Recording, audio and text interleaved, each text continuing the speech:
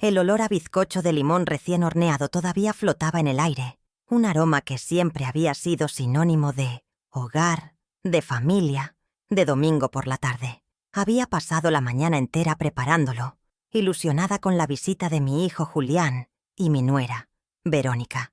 Pero la dulzura se evaporó en el instante en que pusieron sobre mi mesa de roble, la misma donde Julián hizo sus deberes de niño, un fajo de papeles con un clip metálico y frío. Sentada en mi propio sillón, en mi propia casa, me sentí de repente una extraña, una invitada a punto de ser desalojada. Verónica sonreía, pero su sonrisa no le llegaba a los ojos, esos ojos calculadores que parecían estar tasando cada uno de mis muebles, cada uno de mis recuerdos. Fue ella quien habló, con esa voz melosa que usaba para disfrazar el filo de sus intenciones. «Sofía, cariño, hemos estado pensando mucho en ti, en tu bienestar», comenzó, mientras Julián, mi hijo, el niño al que le di la vida, evitaba mi mirada, concentrándose en un punto inexistente en la pared. El documento que empujó hacia mí era un contrato de venta para el viejo garaje de Ricardo, mi difunto esposo. Es un dineral en impuestos, un nido de ratas que solo te traerá problemas. Creemos que lo mejor es venderlo. Cada palabra era un golpe suave pero certero, una demolición controlada de mi autoridad, de mi capacidad para decidir sobre mi propia vida. Me trataban como a una niña, como a un mueble más que se interponía en sus planes de redecoración. Tolasa. Humillación no fue un grito, fue un susurro helado que se me instaló en el pecho, justo donde antes anidaba el orgullo de ser madre. Sentí cómo la sangre se me retiraba de las manos, que de pronto parecían viejas y torpes sobre mi regazo. Busqué desesperadamente los ojos de Julián, una súplica silenciosa para que interviniera, para que recordara quién era yo, su madre. Pero él seguía mudo, un cómplice pasivo de la ambición de su esposa. «Mamá, Verónica tiene razón, es por tu bien. Con ese dinero podrías darte algunos caprichos, viajar, no preocuparte por nada». ¿No preocuparme? ¿Acaso no entendía que mi mayor preocupación en ese momento era el abismo que se abría entre nosotros? El garaje no era solo un edificio de ladrillos viejos y tejas rotas. Era el último bastión de los sueños de Ricardo, el santuario donde pasaba sus horas, el lugar que olía a su esfuerzo, a grasa y a café recalentado. Venderlo era como vender la última página de nuestra historia juntos. La voz de Verónica continuó, detallando los planes que ya habían trazado sin consultarme. Un constructor, amigo suyo, por supuesto, haría una oferta generosa. Hablaba de metros cuadrados, de potencial urbanístico, de cifras que para mí no tenían alma.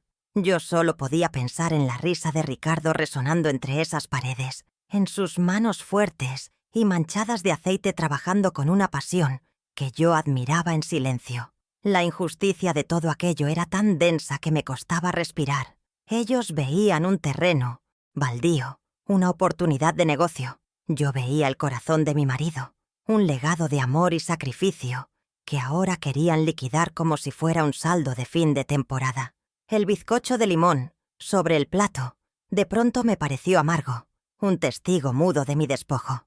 «Además, seamos sinceros, ¿para qué quieres tú ese trastero?», espetó Verónica, perdiendo un poco de su falsa dulzura. «Solo acumula polvo y recuerdos inútiles. Hay que mirar hacia el futuro, Sofía.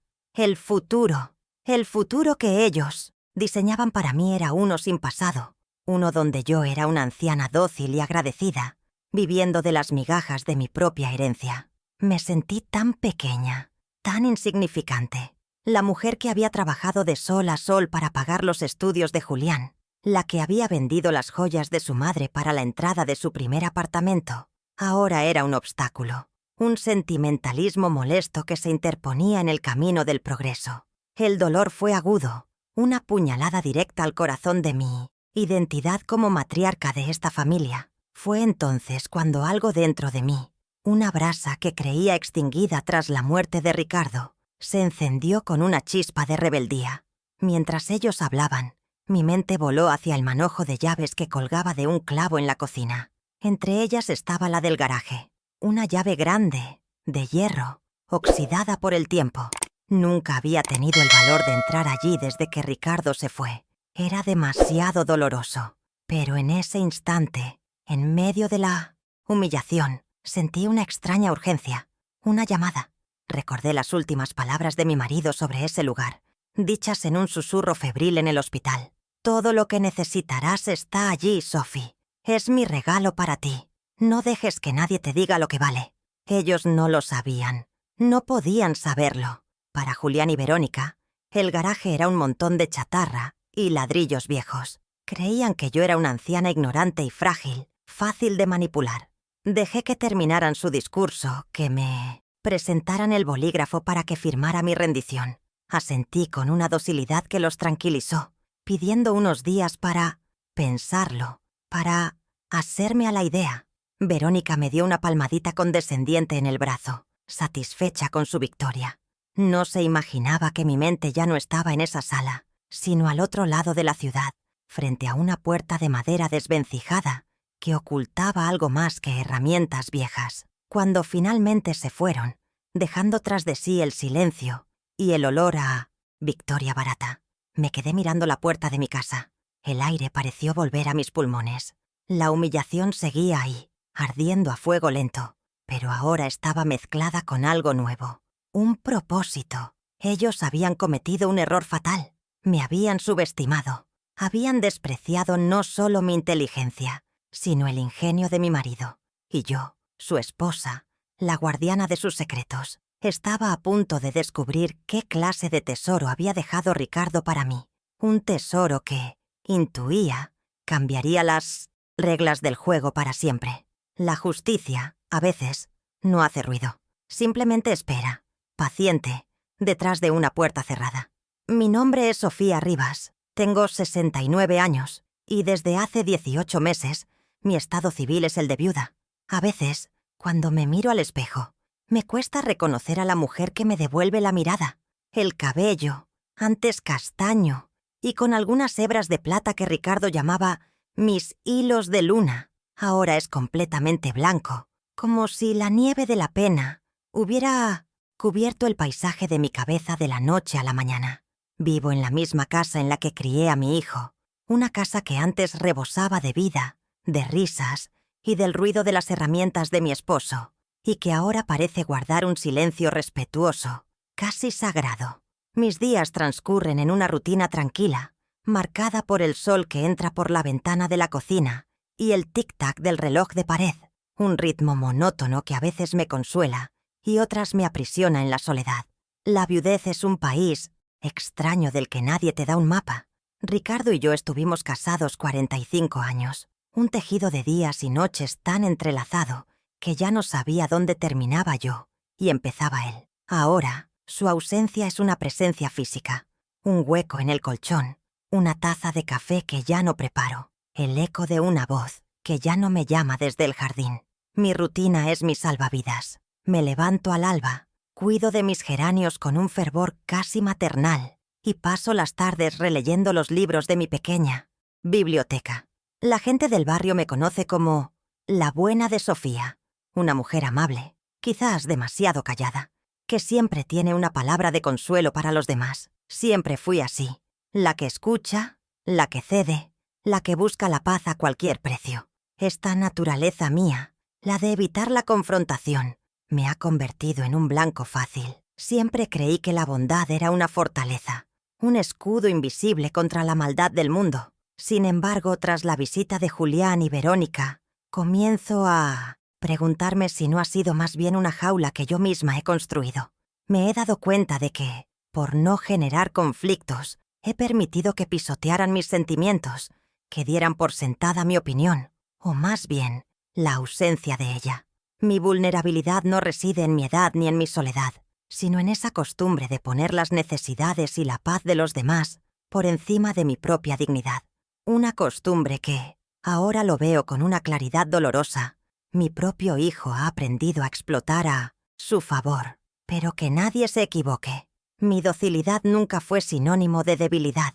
Detrás de esta fachada de abuela tierna, hay una fuerza que ha permanecido latente durante años. Soy la mujer que sobrevivió a la crisis económica de los 80, haciendo milagros con un sueldo miserable. La que cosía la ropa de Julián por las noches para que siempre fuera impecable al colegio, la que aprendió de contabilidad de forma autodidacta para ayudar a Ricardo a gestionar las cuentas del taller. Siempre fui la administradora silenciosa de nuestros sueños, la que se aseguraba de que los cimientos fueran sólidos, mientras mi marido levantaba las paredes. Esa capacidad de observación, esa paciencia estratégica, no ha desaparecido. Simplemente ha estado durmiendo, esperando el momento adecuado para despertar. Mi día a día es un lienzo de pequeñas cosas, el olor a tierra mojada de mis macetas después de regarlas, las charlas triviales con mi vecina Elena a través de la valla que separa nuestros jardines,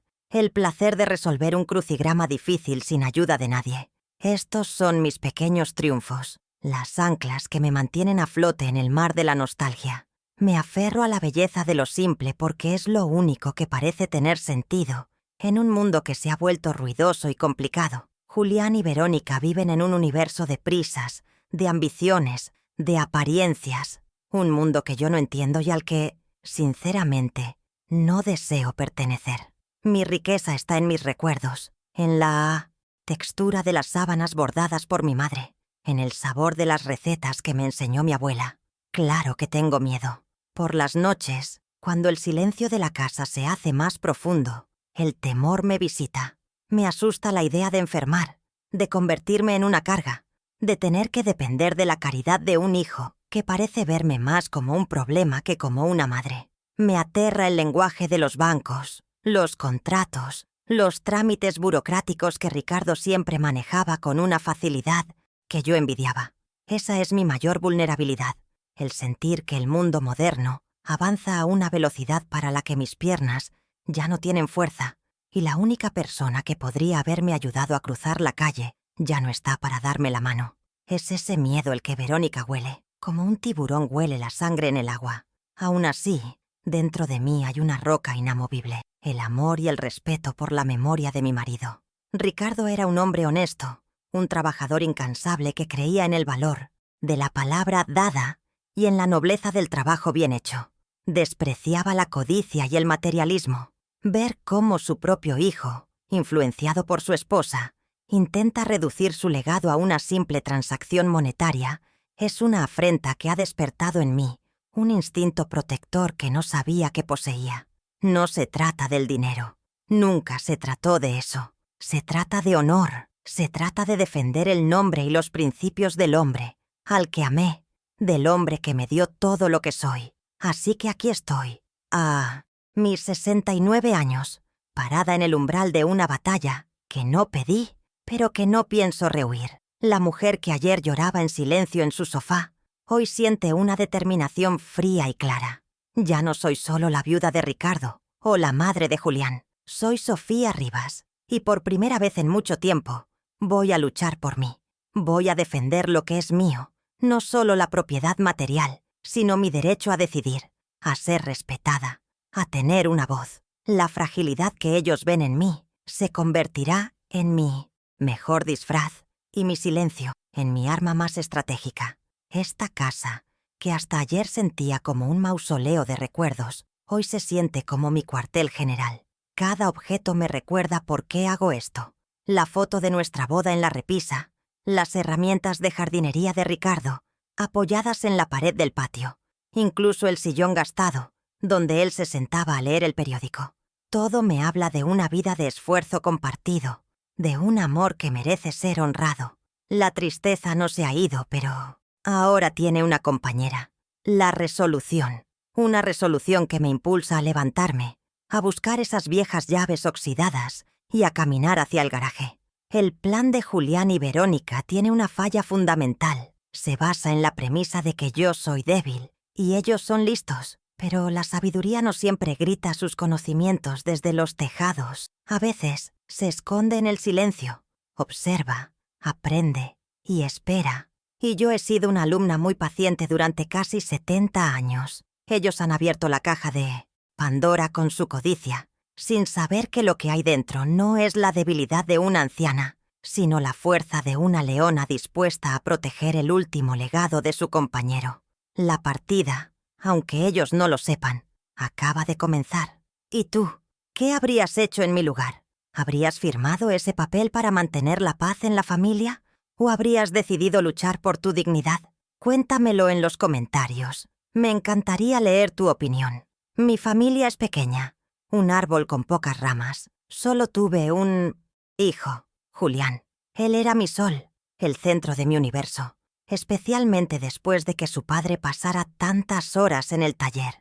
Lo crié para que fuera un hombre de bien. Le enseñé el valor del respeto y la gratitud, los mismos valores que Ricardo y yo practicábamos cada día. Julián era un niño cariñoso, de abrazos fuertes y risa fácil. Pero el hombre de 42 años que se sentó en mi sofá hace unos días es un extraño que habita el cuerpo de mi hijo.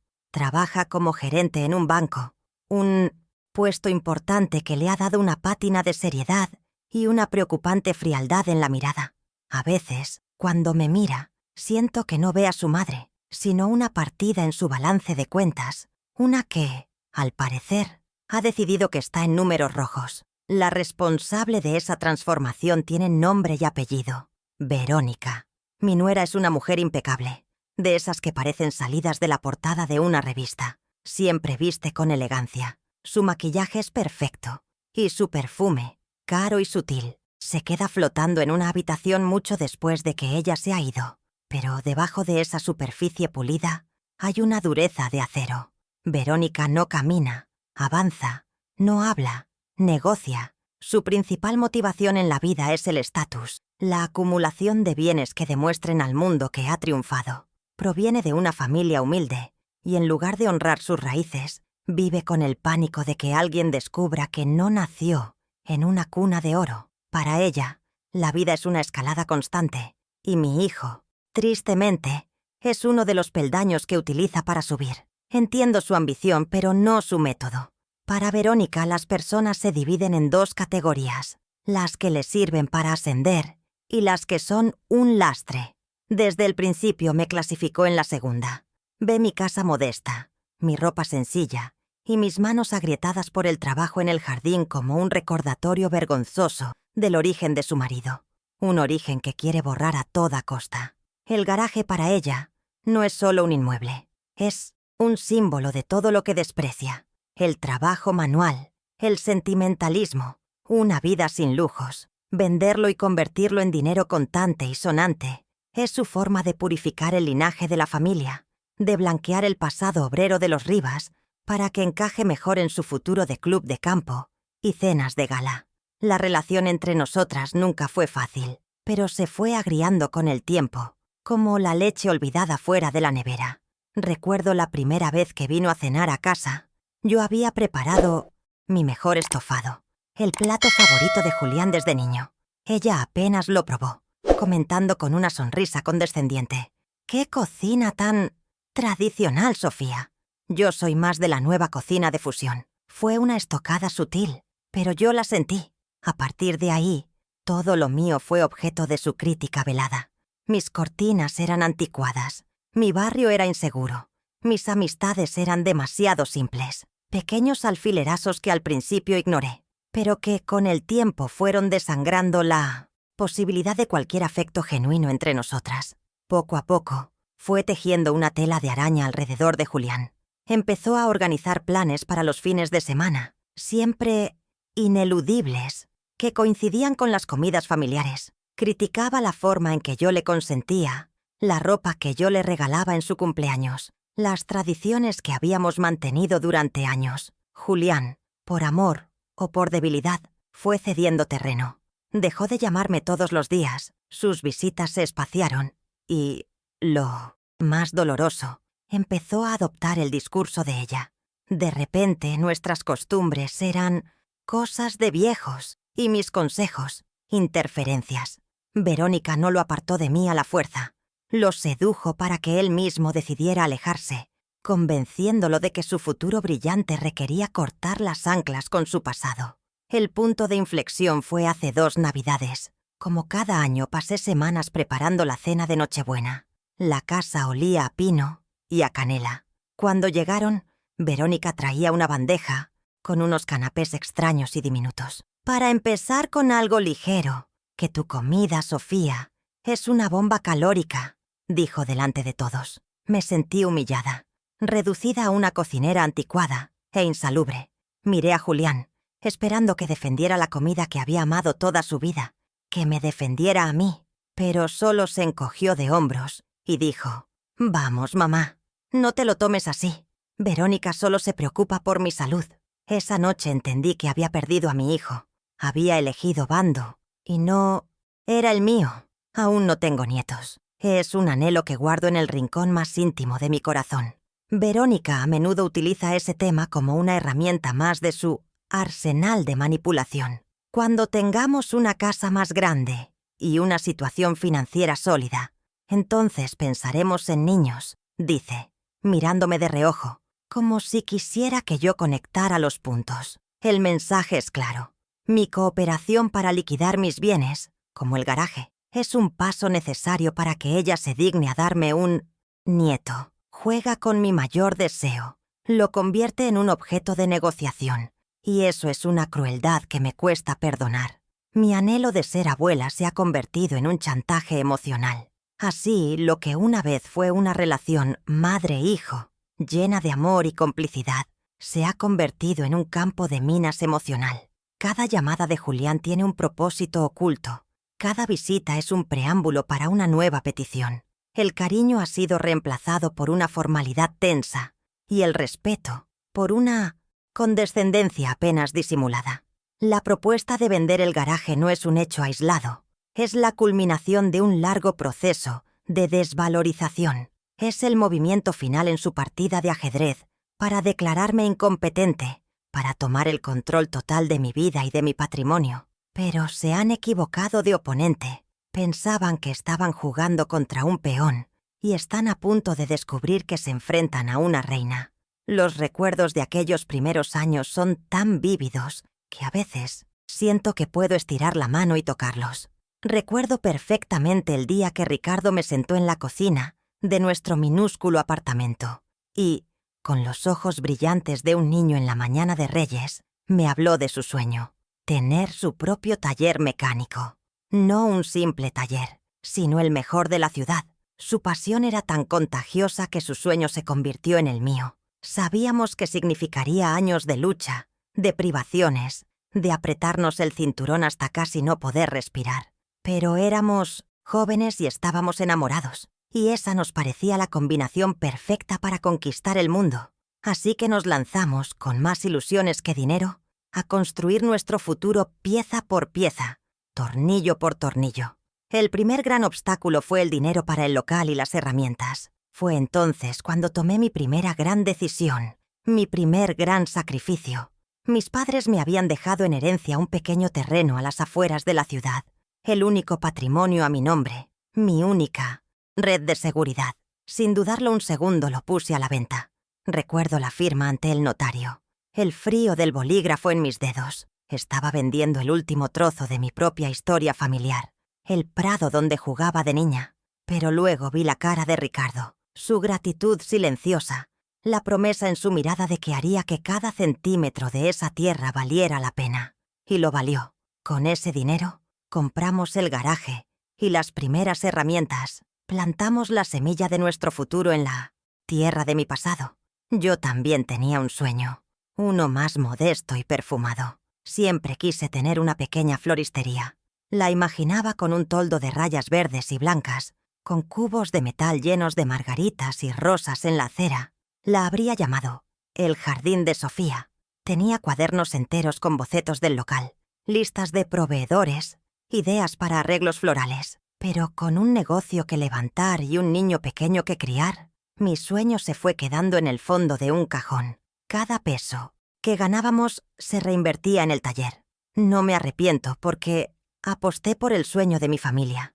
Pero a veces, cuando huelo las rosas de mi jardín, no puedo evitar pensar en la mujer que pude haber sido, en la vida que dejé ir por construir la de otros. Mientras el taller crecía lentamente, nuestros gastos también lo hacían. El sueldo de Ricardo apenas daba para cubrir las facturas y comprar los pañales de Julián. Así que me puse a trabajar.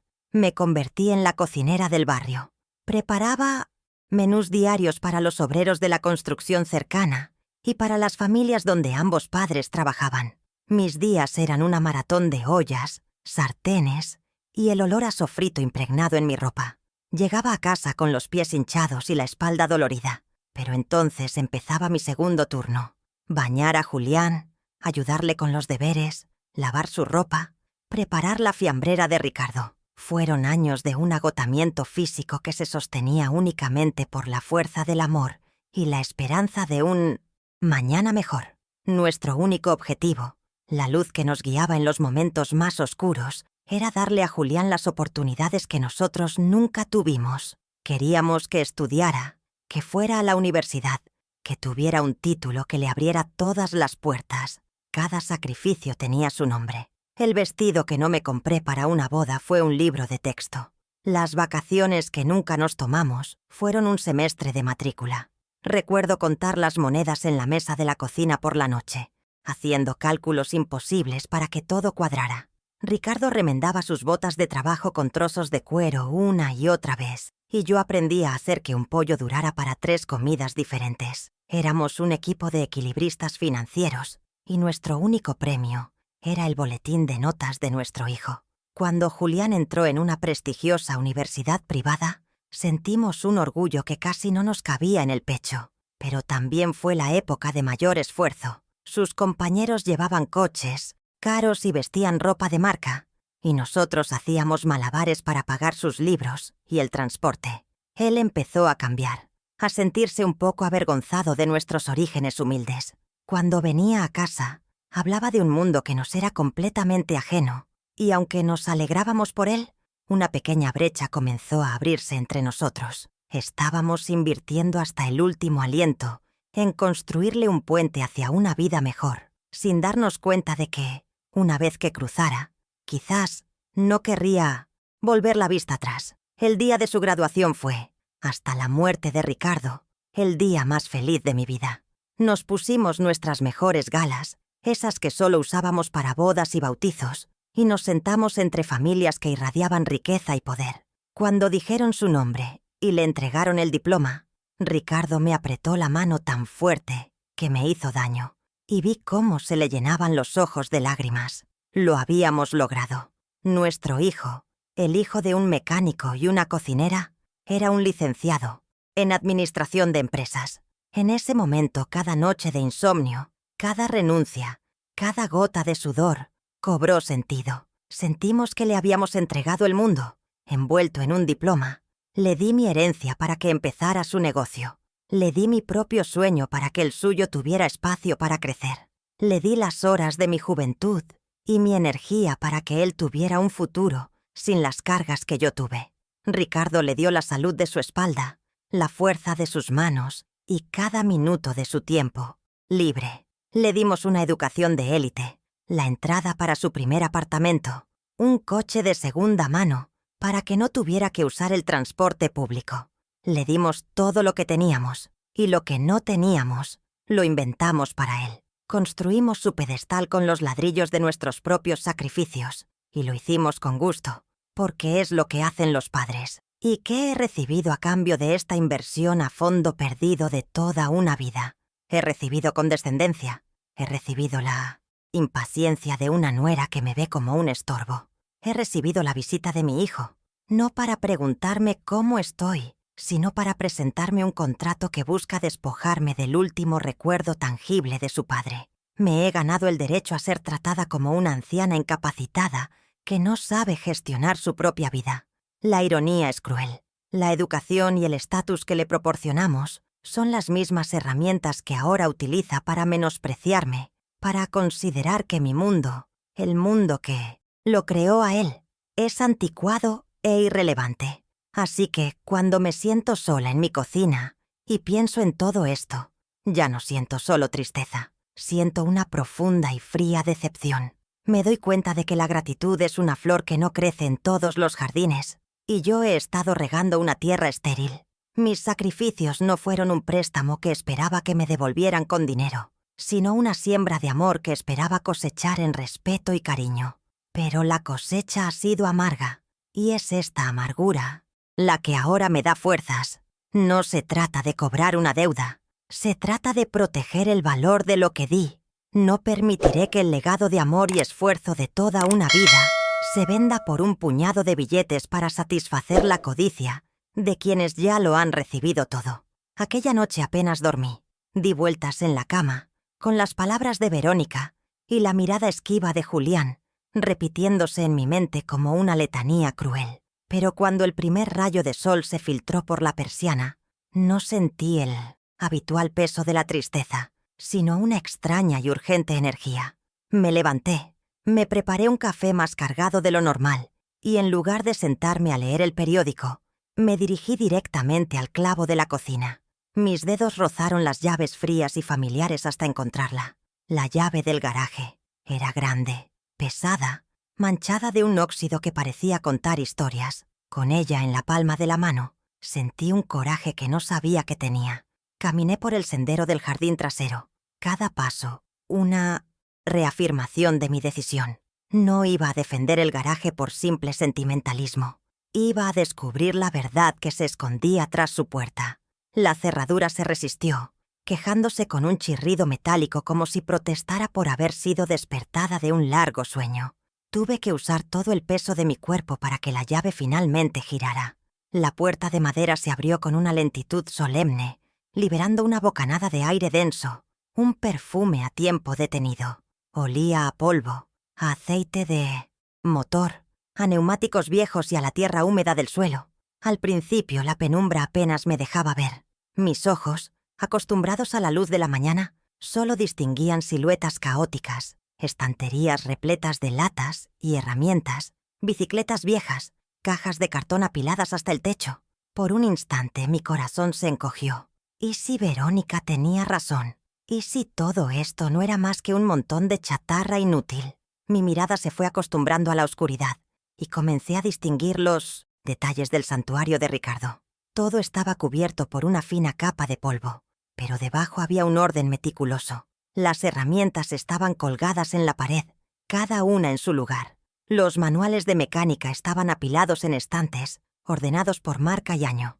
Aquel no era el caos de un acumulador, era el laboratorio de un artesano. Y entonces lo vi. Ocupando el centro del espacio como el altar de una iglesia olvidada, había un gran bulto cubierto por una lona de color grisáceo. Siempre supe que Ricardo trabajaba en un coche, pero en mi mente era solo uno más de sus proyectos interminables, un esqueleto de metal sin importancia. Sin embargo, la forma que se adivinaba bajo la tela era diferente. Era larga, baja, con unas curvas elegantes que ninguna chatarra podría tener. Me acerqué con una mezcla de reverencia y curiosidad.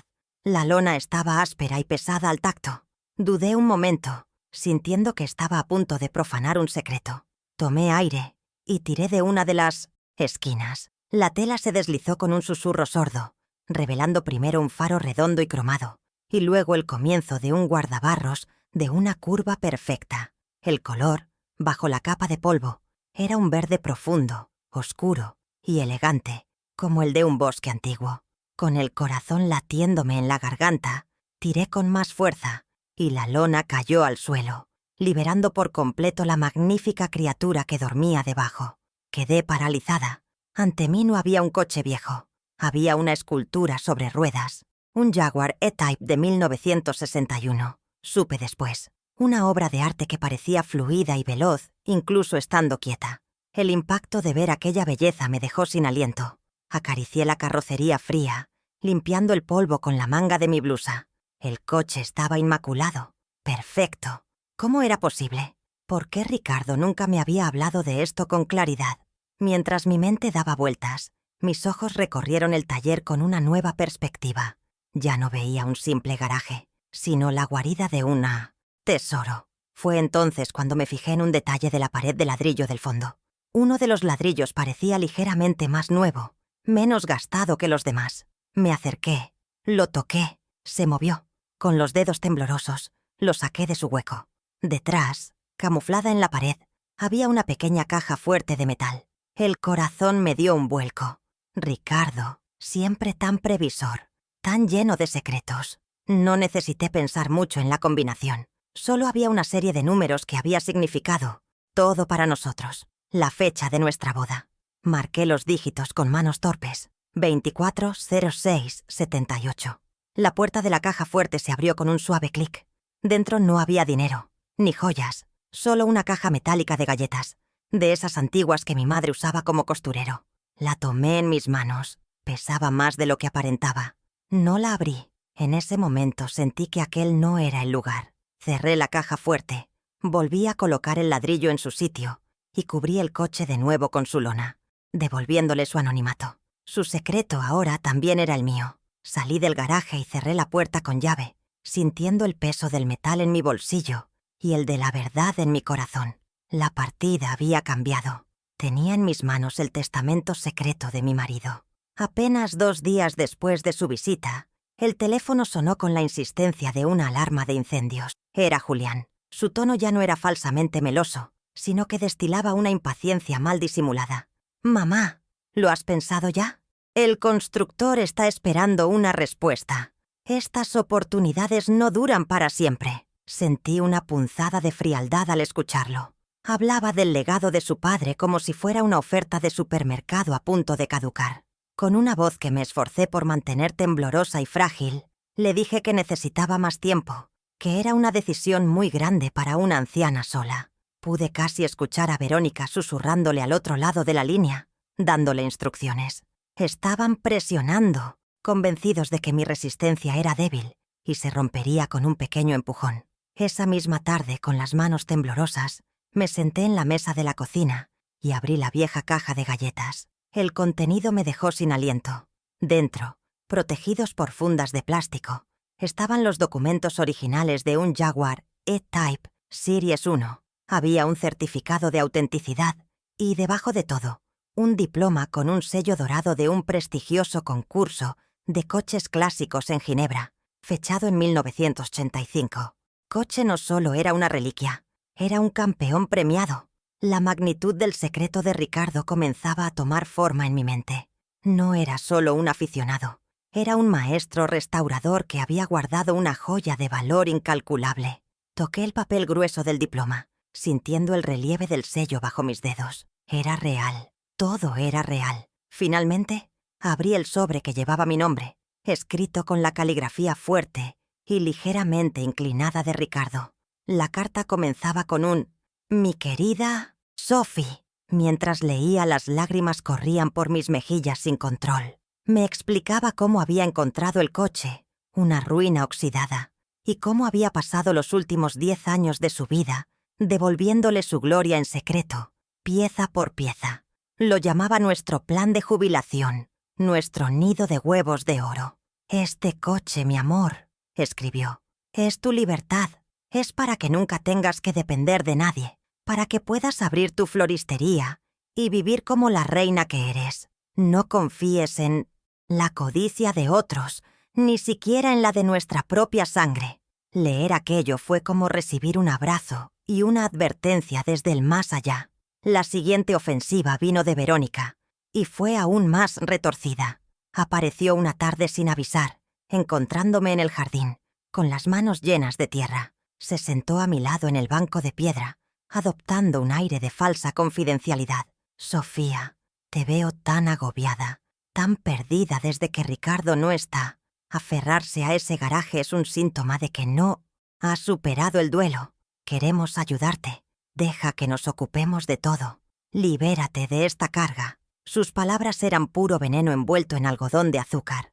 No solo me estaba llamando incompetente, sino que estaba usando mi amor por mi marido como un arma para diagnosticarme una supuesta inestabilidad mental. Quería hacerme creer que mi lucidez estaba nublada por el dolor para que yo misma le entregara el control. Cuando se fue, dejando tras de sí una estela de su perfume caro, la rabia que sentí fue fría y afilada como un cuchillo.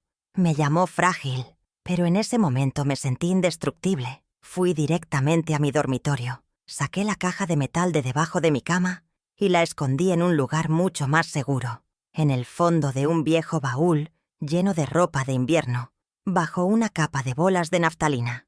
Nadie la encontraría allí, y entonces mi mente empezó a trabajar con una claridad que me sorprendió a mí misma. No podía hacer esto sola. Necesitaba un aliado, alguien del mundo de Ricardo.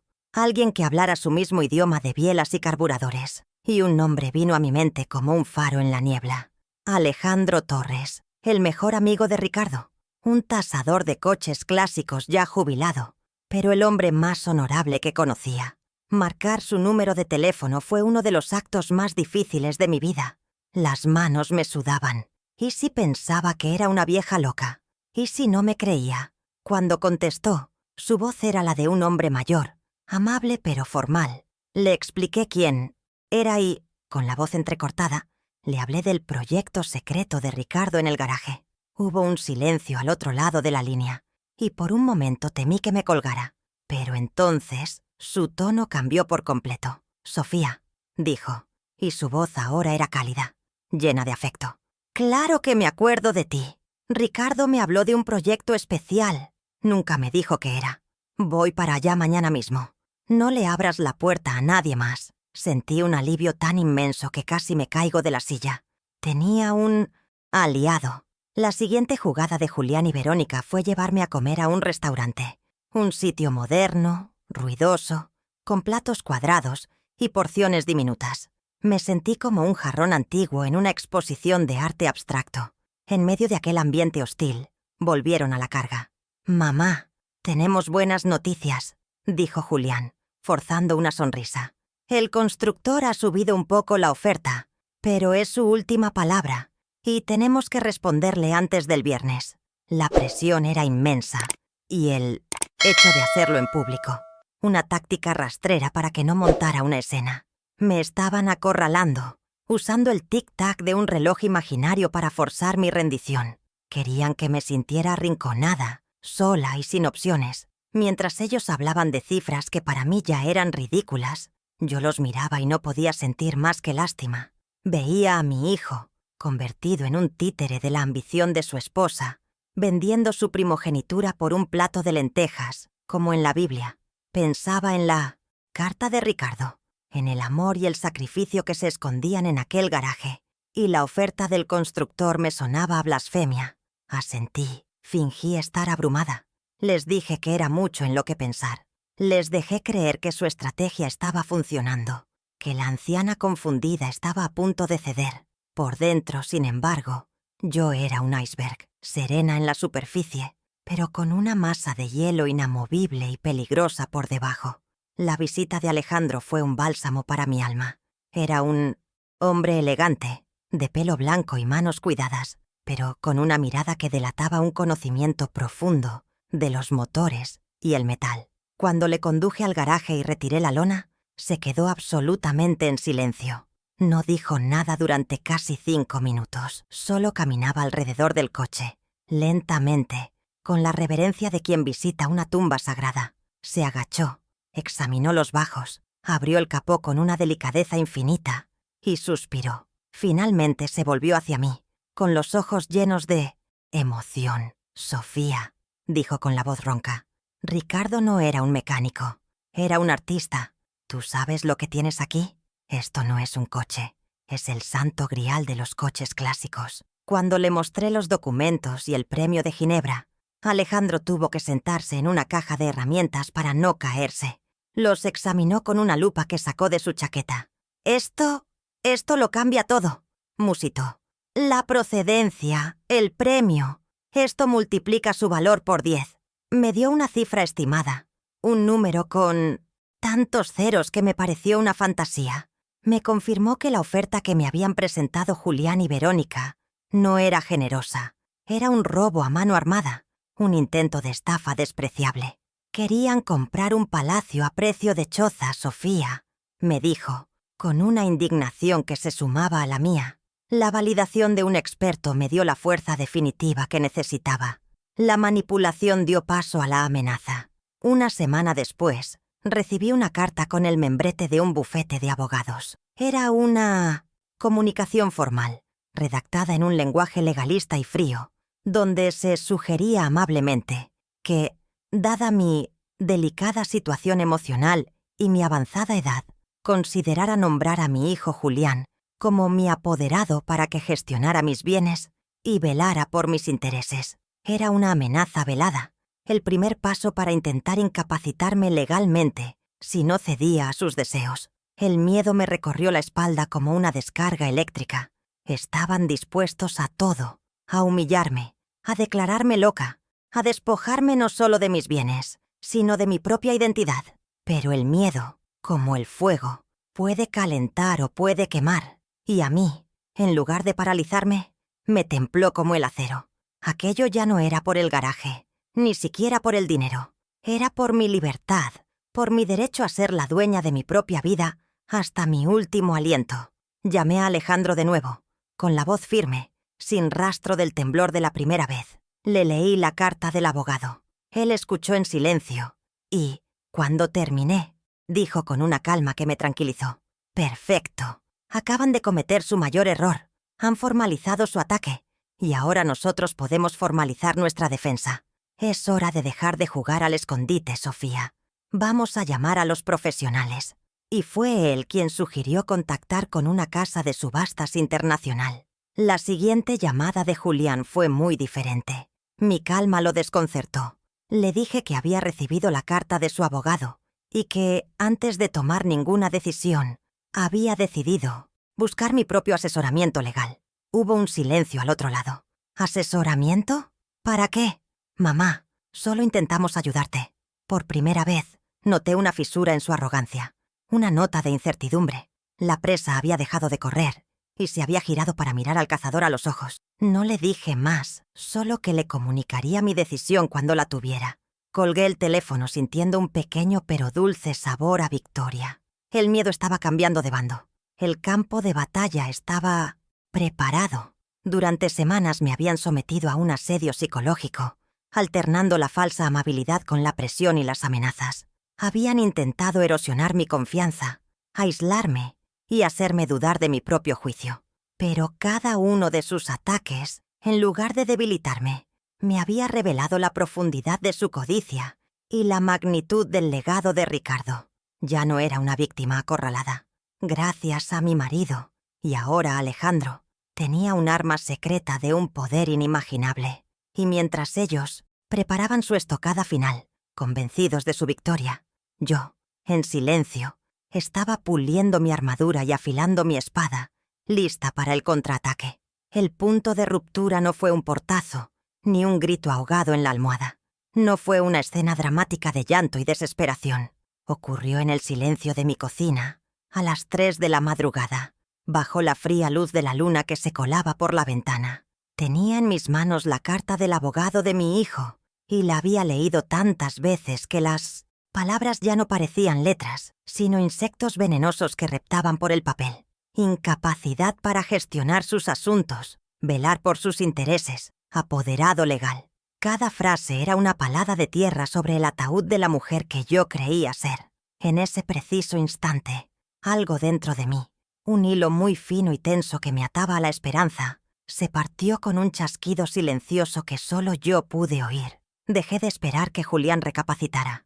Dejé de anhelar que el niño que yo había criado resurgiera de las cenizas de ese hombre codicioso y manipulador. Comprendí, con una claridad que dolía como una herida abierta, que estaba sola en esto. La madre que había en mí, la que habría perdonado cualquier cosa por un abrazo sincero de su hijo, murió en esa cocina. En su lugar, nació otra mujer, una mujer que ya no suplicaba amor, porque había entendido que no se puede mendigar lo que no te quieren dar. Ya no buscaba su respeto, porque me di cuenta de que solo respetaban el dinero y el poder. La tristeza no desapareció, pero se transformó, se cristalizó, convirtiéndose en una determinación dura y transparente como un diamante. Realicé un pequeño ritual, una ceremonia privada para sellar mi decisión. Tomé la carta del abogado, la doblé con una precisión casi quirúrgica y la guardé dentro de la caja de metal de Ricardo, junto a su propia carta.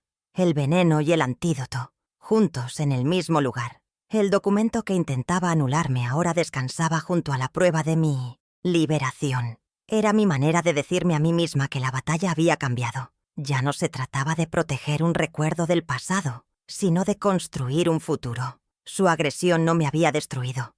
Al contrario, me había dado un propósito, un enemigo claro y una causa por la que luchar.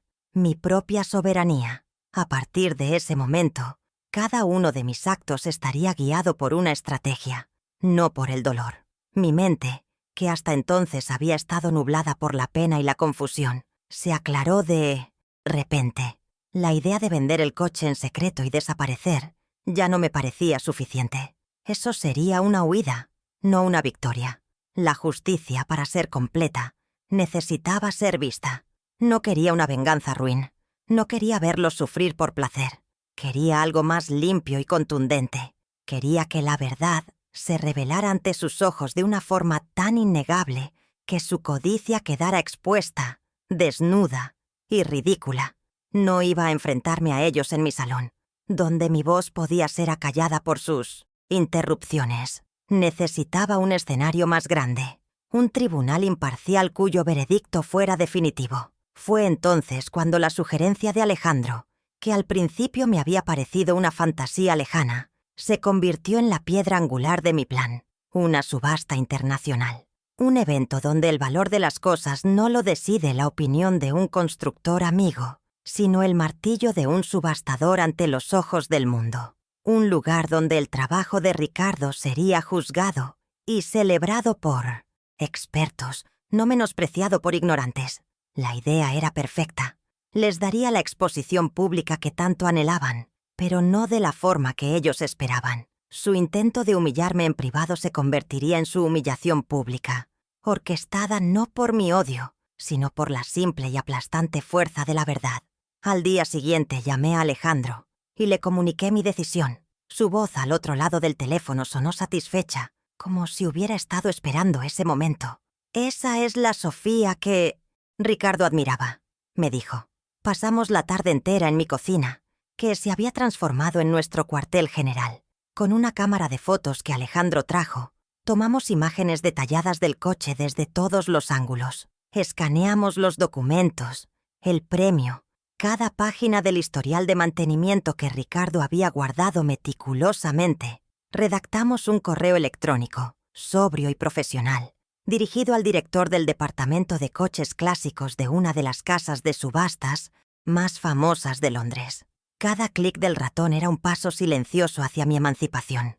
Una vez enviado el correo, comenzó la parte más difícil del plan, la espera estratégica. Decidí cambiar por completo mi forma de comunicarme con Julián. Ya no cogía el teléfono al primer timbrazo. Dejaba que sus llamadas se perdieran, que la impaciencia creciera al otro lado. Le devolvía la llamada horas después, siempre con una excusa plausible. Estaba en el jardín. Me había quedado dormida viendo una película. Mi voz era serena, casi indiferente. A sus preguntas sobre el garaje, respondía con evasivas amables.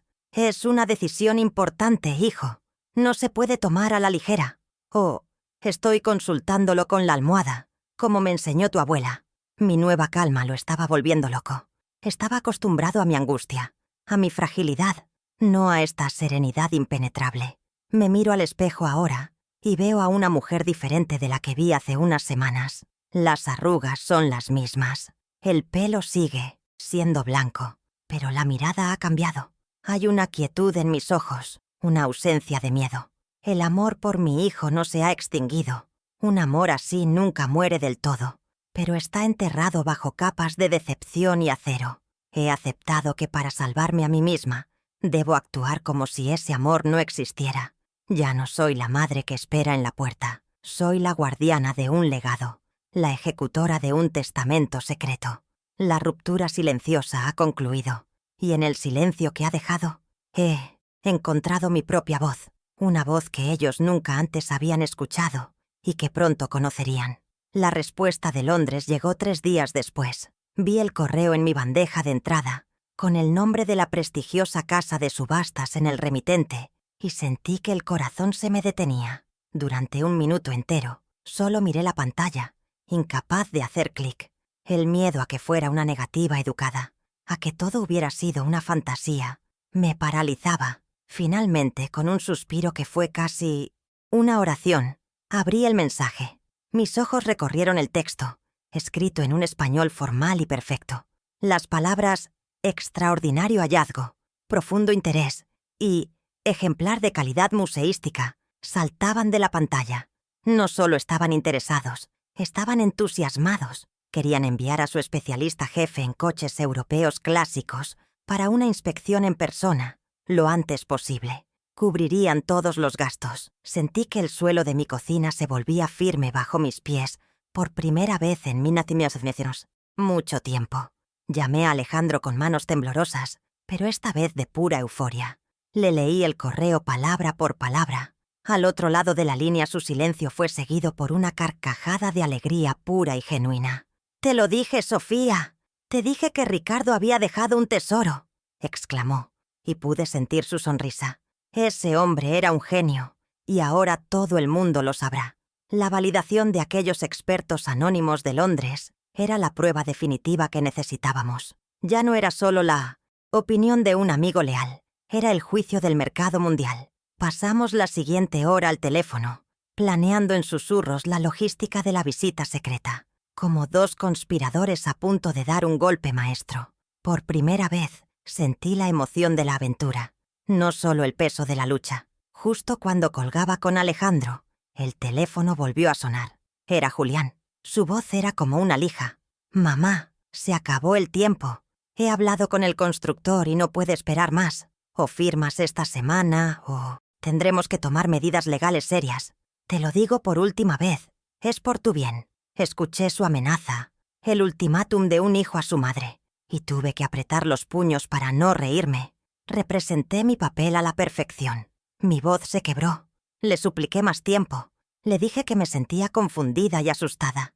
«No me hagas esto, hijo, por favor», gemí, dándole exactamente la reacción que esperaba. Colgó el teléfono, sin duda satisfecho, creyendo que su acoso estaba surtiendo efecto. No tenía ni idea de que mientras él me amenazaba con sus abogados de pueblo, yo estaba coordinando una operación con uno de los tasadores más importantes de Europa. La visita del especialista fue un evento surrealista. Se llamaba Arthur Davis, un inglés alto y delgado, con un traje impecable y unos modales exquisitos. Llegó en un taxi una mañana temprano, y Alejandro y yo lo recibimos en la puerta como si fuéramos miembros de una sociedad secreta.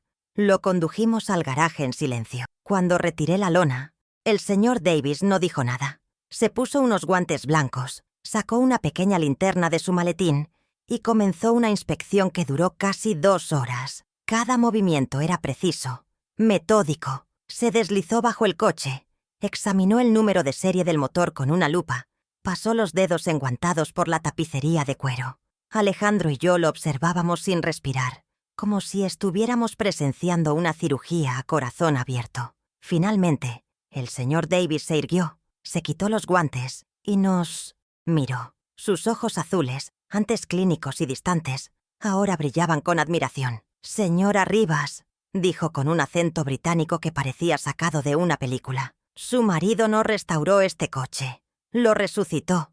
Es, sin lugar a dudas, una de las 3 mejores restauraciones de Unitype que he visto en mi carrera». Luego, abrió su maletín y sacó unos papeles. Era un contrato preliminar de consignación. Nos señaló el precio de reserva, la cifra mínima por la que la subasta comenzaría. Era un número tan astronómico, tan absurdamente alto, que tuve que apoyarme en la pared para no desmayarme. El plan ya no era un sueño. Tenía un contrato en mis manos. Era real. Miré aquel papel, el logotipo grabado de la casa de subastas, las cifras que prometían cambiar mi vida para siempre. Era más que dinero.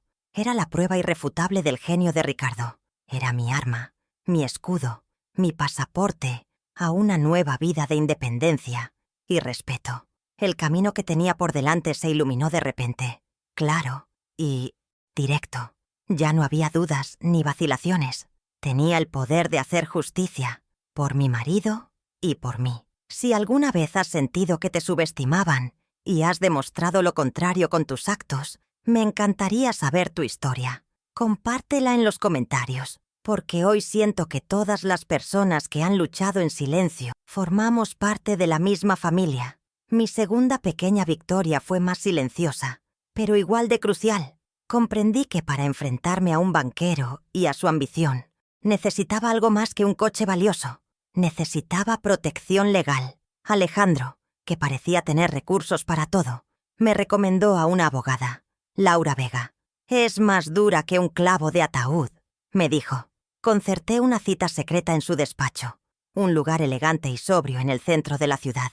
Fui con mi caja de galletas bajo el brazo, que ahora se había convertido en mi cofre del tesoro y mi archivo de guerra. Me senté frente a ella, una mujer de mi edad, de mirada inteligente y sonrisa, tranquilizadora, y le conté toda la historia.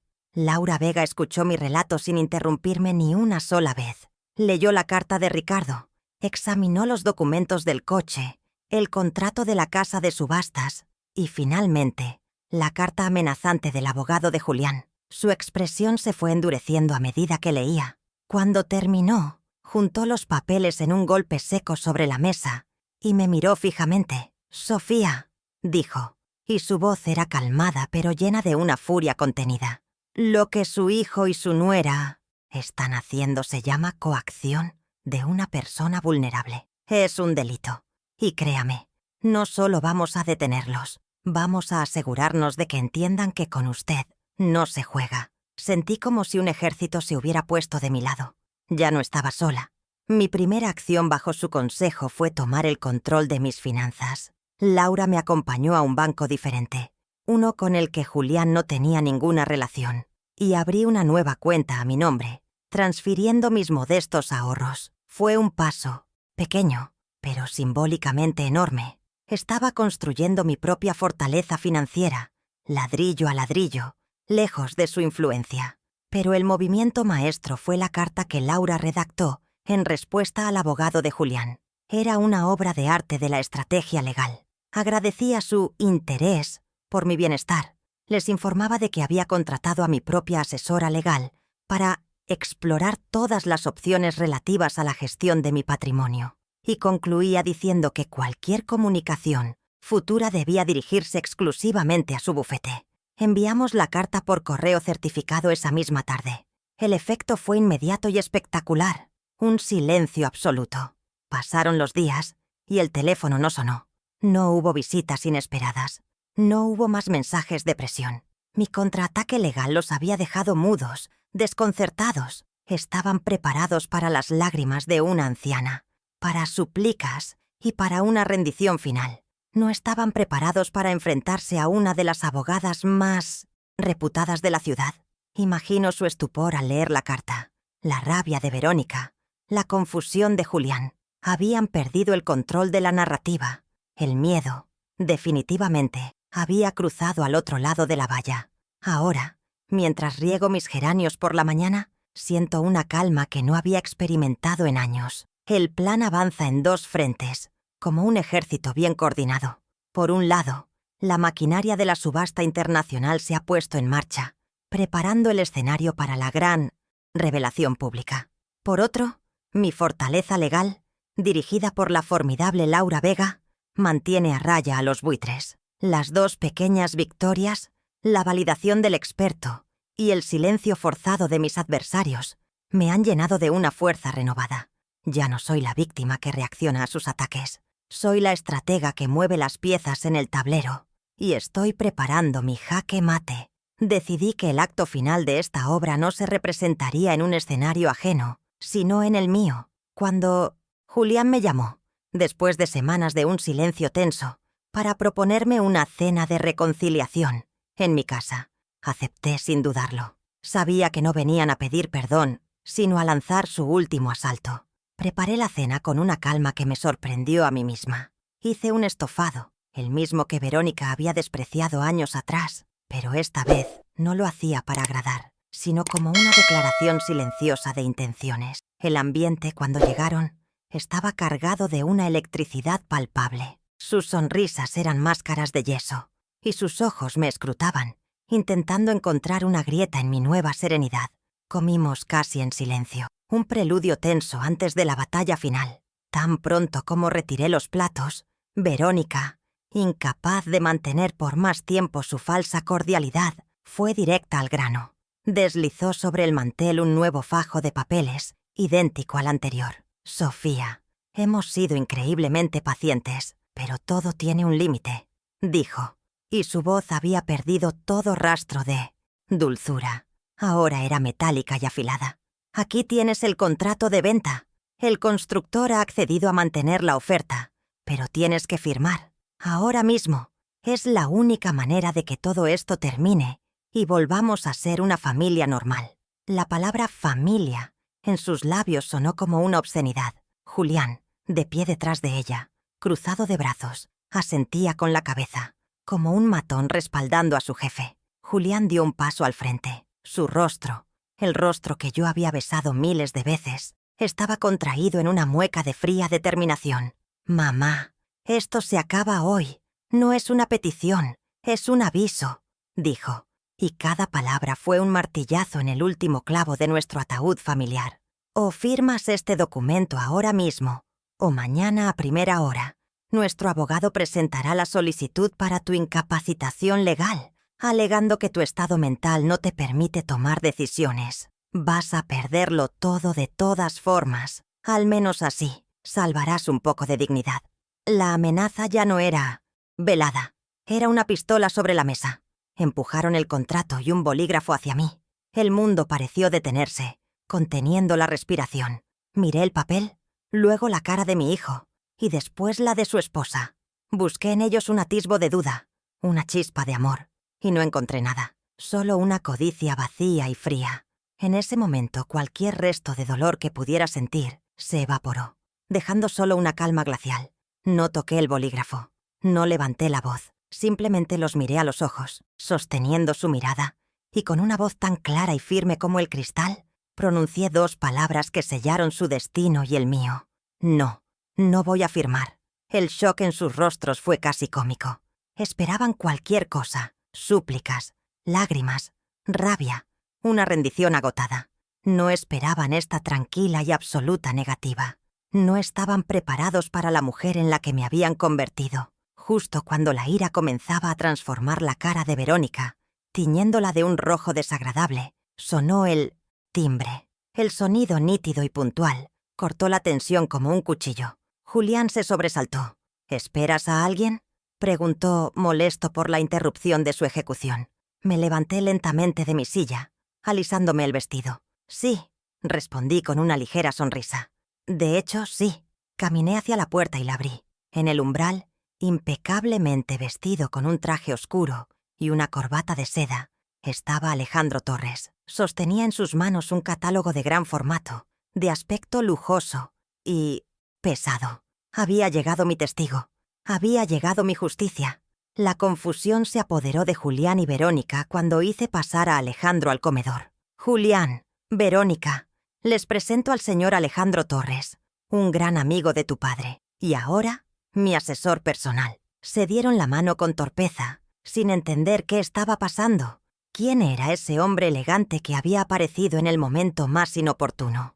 Alejandro los saludó con una cortesía formal, que apenas ocultaba el desprecio en su mirada. Se disculpó por la interrupción, explicando que traía algo para mí que requería ser entregado en persona. Su presencia imponente y su aire de autoridad cambiaron por completo la dinámica de poder en la habitación. Ellos ya no tenían el control. Con un gesto deliberado, Alejandro colocó el pesado catálogo sobre la mesa, cubriendo por completo el contrato de venta que ellos habían traído. La portada era una obra de arte, una fotografía espectacular, con una iluminación dramática, de un coche de un verde profundo y brillante. «El catálogo oficial de la próxima subasta internacional de coches clásicos de Ginebra», anunció Alejandro con voz clara y resonante. «Ha llegado de la imprenta esta mañana». Julián y Verónica lo miraron con desinterés, como si fuera una extravagancia de viejos. «Un coche muy bonito», comentó Verónica con un encogimiento de hombros, ansiosa por volver a su tema. Pero su indiferencia estaba a punto de hacerse añicos. Alejandro, disfrutando visiblemente del momento, señaló con su dedo índice el texto impreso justo debajo de la magnífica fotografía. «Quizás les interese el lote principal», dijo, leyendo en voz alta. «La joya escondida de Rivas, un extraordinario Jaguar E-Type de 1961, ganador de un premio, perfectamente restaurado, cortesía de su actual propietaria, la señora Sofía Rivas». Luego, con la lentitud de un verdugo, abrió el catálogo por la página central, donde un reportaje a doble página mostraba el coche en todo su esplendor, Y debajo, en mi intención, cifras grandes y claras. La estimación de salida en francos suizos, un número con 6 ceros. Un número que representaba una fortuna más allá de sus sueños más salvajes. El efecto fue devastador. Vi cómo el color desaparecía del rostro de Verónica, dejando una máscara de cera pálida. Su boca se abrió y se cerró varias veces, pero no salió ningún sonido. Julián se tambaleó hacia atrás, como si hubiera recibido un puñetazo en el estómago. Sus ojos saltaban de la foto del coche al precio, y luego a mi rostro, una y otra vez. No, no puede ser, balbuceó, la comprensión finalmente abriéndose paso a través de su arrogancia. El garaje, la chatarra, es... La verdad lo golpeó con la fuerza de un tren de mercancías. El nido de ratas que habían intentado robarle a su madre por una miseria era, en realidad, un tesoro de fama mundial. Su humillación fue total, silenciosa y absoluta. Fue entonces cuando hablé, recogiendo las últimas piezas de mi dignidad rota y recomponiéndola ante sus ojos. Mi voz no era de triunfo, sino de una calma serena, la calma de quien ha atravesado el infierno y ha salido por el otro lado. Como pueden ver, dije mirando directamente a mi hijo, ya he buscado mi propio asesoramiento para gestionar mi patrimonio y he decidido que el garaje no se vende. Tomé su contrato, su arma de coacción, y lo partí por la mitad, con un sonido seco y satisfactorio. Dejé los 2 trozos de papel sobre la mesa, junto a su plato. El silencio que siguió no fue un silencio incómodo, fue el silencio de un final, el silencio de la justicia. Cuando Alejandro se fue, Julián y Verónica permanecieron sentados a la mesa, petrificados. El lujoso catálogo de la subasta seguía abierto, una herida brillante y colorida en el centro de sus vidas grises. Ninguno de los dos me miraba. Sus ojos estaban fijos en el vacío, procesando la magnitud de su error, la profundidad de su humillación. No hubo gritos, ni reproches, ni súplicas. El silencio fue su única respuesta. Un silencio pesado, denso, cargado de la vergüenza de haber sido descubiertos. Después de lo que pareció una eternidad, se levantaron al mismo tiempo, como 2 autómatas. Salieron de mi casa, la casa donde mi hijo había crecido, sin decir una sola palabra. No se despidieron. Dejaron tras de sí los trozos del contrato roto, los restos de una familia que su propia codicia había hecho pedazos. Esa fue la última vez que vi a Verónica. La pérdida para ellos no fue solo la fortuna que se les escapó de las manos. La consecuencia más devastadora fue la pérdida de su reputación, el bien más preciado en el mundo de apariencias que habitaban. La noticia de la subasta y el origen del coche se filtró, y la historia se extendió como la pólvora por sus círculos sociales y profesionales. Julián, el brillante gerente de banco, el experto en finanzas, quedó retratado como un necio y un miserable. El hombre que no supo ver un tesoro delante de sus narices y que, peor aún, intentó estafar a su propia madre anciana. Fue una mancha imborrable en su currículum de hombre exitoso. Verónica, la trepadora social, se convirtió en el hazmerreír de las mujeres a las que tanto se había esforzado por imitar. Su capital social se evaporó de la noche a la mañana. El día de la subasta fue mi verdadera liberación. No fui a Ginebra. Lo vi todo desde el despacho de Laura, mi abogada, en una pantalla gigante que habían instalado para la ocasión. Alejandro estaba a mi lado, apretándome la mano. Cuando el lote del Jaguar salió a escena y vi el coche de mi Ricardo bajo los focos, tan perfecto y brillante, rompí a llorar. Lloré por él, por su trabajo, por su amor previsor. La puja fue una batalla frenética entre coleccionistas de todo el mundo. El precio subía y subía, superando todas las estimaciones. Cuando el martillo cayó por última vez, adjudicando el coche por una cifra que me parecía irreal, sentí que el alma de Ricardo, dondequiera que estuviese, por fin descansaba en paz. Su obra maestra no solo había sido reconocida, había sido coronada. Lo primero que hice no fue comprar joyas ni ropa de lujo. Fue cumplir una promesa que me había hecho a mí misma 50 años atrás. Compré un pequeño local en una calle adoquinada del casco antiguo y abrí mi floristería. El Jardín de Sofía. Pinté la fachada de blanco y coloqué un toldo de rayas verdes, exactamente como lo había soñado. Ahora, mis días transcurren entre el perfume de las fresias y el tacto de los pétalos de las rosas. Trabajar con mis manos ya no es un sacrificio, es una meditación. Cada ramo que preparo es un pequeño acto de creación, una celebración de la belleza. He encontrado un propósito que nace de la pasión, no de la necesidad. Mi pequeño sueño, tanto tiempo aplazado, por fin había florecido. Vendí la vieja casa, con todos sus fantasmas, y compré un apartamento precioso, lleno de luz, con un gran balcón donde ahora crecen mis geranios y mis rosales en grandes macetas. Es mi refugio, mi fortaleza de paz, con una parte importante del dinero. Y siguiendo el consejo de Laura, he creado un fondo fiduciario a nombre de los nietos que algún día espero tener. Las cláusulas son muy estrictas. El dinero solo podrá usarse para su educación y su salud, y mis futuros nietos solo podrán acceder a él cuando cumplan 25 años. Julián y Verónica no figuran como administradores ni beneficiarios. Es mi forma de proteger el legado de su abuelo de la codicia de sus padres. Es un acto de amor, pero un amor ahora guiado por la sabiduría y la prudencia. 6 meses después de la subasta, Julián apareció en la puerta de mi floristería. Venía solo, estaba más delgado, y en sus ojos ya no había arrogancia, solo un cansancio infinito y una profunda tristeza. Me pidió perdón. No fue una disculpa superficial, sino el lamento roto de un hombre que lo ha perdido todo, especialmente el respeto por sí mismo. Lloró, allí mismo, entre las hortensias y los lirios. Confesó su debilidad, la influencia tóxica de Verónica y la vergüenza que sentía cada vez que se miraba al espejo. No intentó justificarse, solo expuso su miseria. Lo escuché en silencio, sin interrumpirle, dejando que el veneno de su arrepentimiento saliera por fin a la luz. Cuando terminó, le hablé con la sinceridad que solo la edad y el dolor pueden dar. Le dije que el amor de una madre es como un océano, que nunca se seca del todo, pero que la confianza es como una pieza de porcelana fina.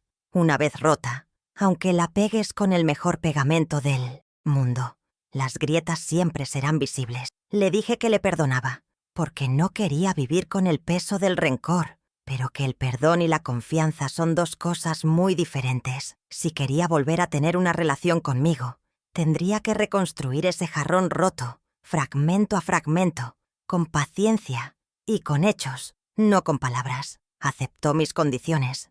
Nuestra relación es ahora distante, pero por primera vez en años es honesta.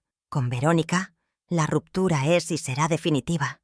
Hay heridas que no se pueden ni se deben curar. Ahora, al final del día, cuando cierro la tienda y camino hacia mi nuevo hogar, a menudo pienso en el viaje que he recorrido. He pasado de la invisibilidad a la victoria, del duelo a la plenitud. He aprendido que la verdadera fuerza no reside en gritar más alto, sino en la paciencia estratégica, en la dignidad silenciosa.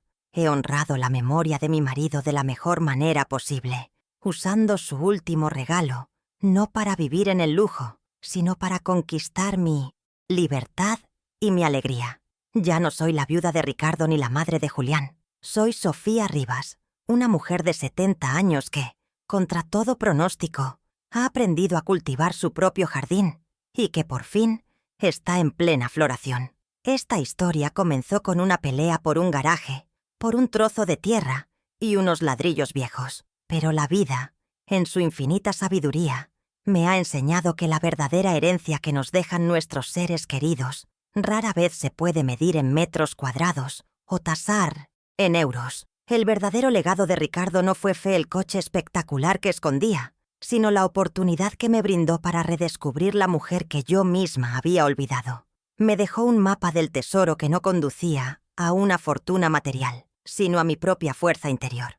El valor más grande no estaba guardado bajo una lona polvorienta, sino que dormía dentro de mí, esperando la oportunidad para despertar y reclamar su lugar en el mundo. He aprendido también una lección dolorosa sobre la gratitud, o más bien, sobre su ausencia. Damos nuestra vida por nuestros hijos, les entregamos nuestros sueños en bandeja de plata y esperamos, en el fondo de nuestro corazón, que algún día miren hacia atrás y reconozcan el camino que construimos para ellos. Pero la gratitud es una planta delicada. No crece en suelos áridos de egoísmo y ambición. El desprecio de mi hijo y mi nuera no me empobreció a mí, los empobreció a ellos. Les dejó con los bolsillos llenos de vergüenza y el alma vacía. Porque el respeto a los mayores no es una simple norma de cortesía, es el reconocimiento de que somos eslabones de una misma cadena, y que sin los eslabones que nos precedieron, nosotros simplemente no existiríamos. Nunca subestimen el silencio de una persona mayor. Mi hijo y su esposa cometieron el error de confundir mi amabilidad con debilidad, mi paciencia con pasividad y mi dolor con demencia. Vieron a una anciana frágil y vulnerable, y en su ceguera no fueron capaces de ver a la mujer que había sobrevivido a crisis, que había levantado una familia de la nada y que había sostenido en silencio los sueños de todos los demás. Que mi historia sirva de lección. La fuerza no siempre hace ruido. A veces, la determinación más feroz se esconde en el corazón más tranquilo, y las batallas más importantes se ganan con la estrategia silenciosa de quien ha aprendido a esperar el momento perfecto para actuar. Al final, este viaje no ha sido una lucha contra mi hijo, sino una lucha por mí misma. Durante demasiados años mi identidad se definió por mis roles. Era la esposa de Ricardo, la madre de Julián. Cuando esos roles me fueron arrebatados o traicionados, me sentí perdida, invisible. Pero fue en ese vacío donde tuve la oportunidad de encontrarme. Tuve que aprender a ser, simplemente, Sofía, una mujer con sus propios sueños, sus propias fuerzas y su propia voz. La independencia financiera fue la herramienta, pero la verdadera liberación fue emocional. Es la libertad de saber que tu valor no depende de la aprobación de nadie, sino que reside en tu propia capacidad para cuidarte, respetarte y, finalmente, para florecer por ti misma. La vida, como mi jardín, tiene sus estaciones. Hay tiempos de siembra, de dura labor bajo el sol. Hay inviernos de pérdida y de frío, donde parece que nada volverá a crecer. Pero si cuidamos nuestras raíces y protegemos las semillas de nuestra dignidad, la primavera siempre acaba llegando. El legado más valioso no es el que se guarda en una caja fuerte, sino el que se cultiva en el corazón. Y la lección más importante que he aprendido es que nunca, absolutamente nunca, es demasiado tarde para florecer. Si esta historia ha tocado tu corazón, compártela con alguien que necesite recordar su propia fuerza. Gracias por haberme acompañado en este viaje.